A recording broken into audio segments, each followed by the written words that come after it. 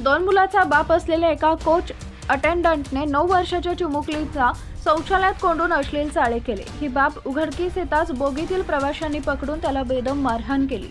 मानवतेला काळिमा फासणारी ही गंभीर घटना मंगळवारी दुपारी 1:30च्या सुमारास पाटलीपुत्र एक्सप्रेसमध्ये घडली। या प्रकरणी नागपूर लोहमार्ग पोलिसांनी विविध कलमांवर गुन्हा नोंदवून आरोपीला अटक केली आहे। मुन्नू असं अटकेतील आरोपीचं नाव आहे। बुधवारी त्याला न्यायालयात हजर करण्यात येईल। आरोपी मुन्नू हा मागील एका वर्षापासून रेल्वेत कोच अटेंडंटचं काम करतो। एसी बोगीतील प्रवाशांना बेड रोल, ब्लँकेट, बेडशीट देणे आणि गोळा करणे हे त्याचं काम आहे। मुन्नू विवाहित असून त्याला 4 वर्षाचा मुलगा आणि 2 वर्षाची मुलगी आहे। पाटलीपुत्र एक्सप्रेसमध्ये त्याची ड्युटी होती। या गाडीने पीडित चिमुकली, तिची आई, आजी आणि भाऊ असे 4 जण प्रवास करत होते। त्यांना पाटण्याला जायचे होते। बुटीबोरीजवळ गाडी असताना चिमुकली लघुशंकेला गेली। बऱ्याच वेळापासून तिच्यावर नजर ठेवून असलेला आरोपी सुद्धा तिच्या मागे गेला। ती शौचालयात जातात आरोपी हे आत घुसला आणि त्यानं दार बंद करून घेतलं। या प्रकारामुळे चिमुकली घाबरली। त्याने तिला धमकावत कपडे काढण्यास सांगत अश्लील चाळे सुरू केले।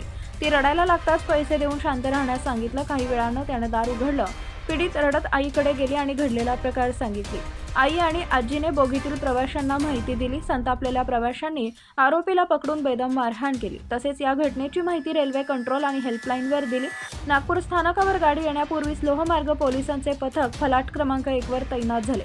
पीडित चिमुकलीच्या आईकडून माहिती घेऊन पोलिसांनी आरोपीला ताब्यात घेतले।